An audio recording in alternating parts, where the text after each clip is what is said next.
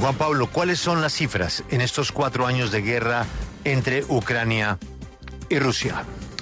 Julio, limitar una guerra a los datos fríos, que se dicen fácil, es injusto con las víctimas, pero necesario para comprender la amplitud del daño que un conflicto genera sobre una comunidad, sobre un país y sobre el planeta.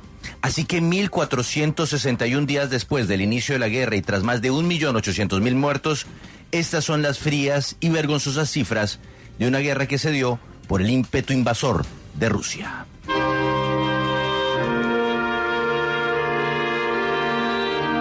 En primer lugar, hablemos de los civiles. Según registros estimados de Naciones Unidas, los 4 años de guerra en Ucrania dejan más de 17.000 víctimas mortales. Entre ellos, se cuentan más de 800 niños, más de 40.000 heridos únicamente entre la población civil. Pero el drama no se limita a ese tipo de víctimas.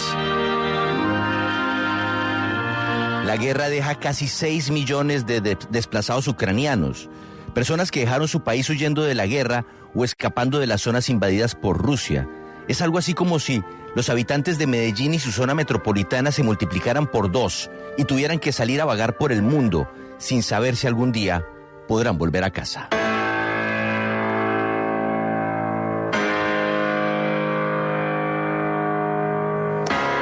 En cuanto a los niños, se estima que cerca de 2.600.000 menores tuvieron que abandonar sus hogares y fueron separados de sus familias.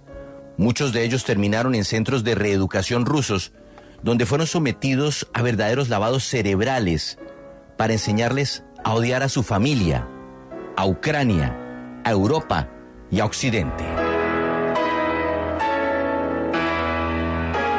El escenario en el frente de guerra es desolador. Ya se superó el número de víctimas que en su momento dejaron grandes guerras como la de Corea o la de Vietnam. A pesar de que no hay cifras oficiales, se estima que más de 1.800.000 soldados han muerto en los enfrentamientos entre Rusia y Ucrania. En pocas palabras, esta guerra muy pronto será la más sangrienta para Europa desde la Segunda Guerra Mundial, siendo Rusia el país que más víctimas ha puesto en el frente.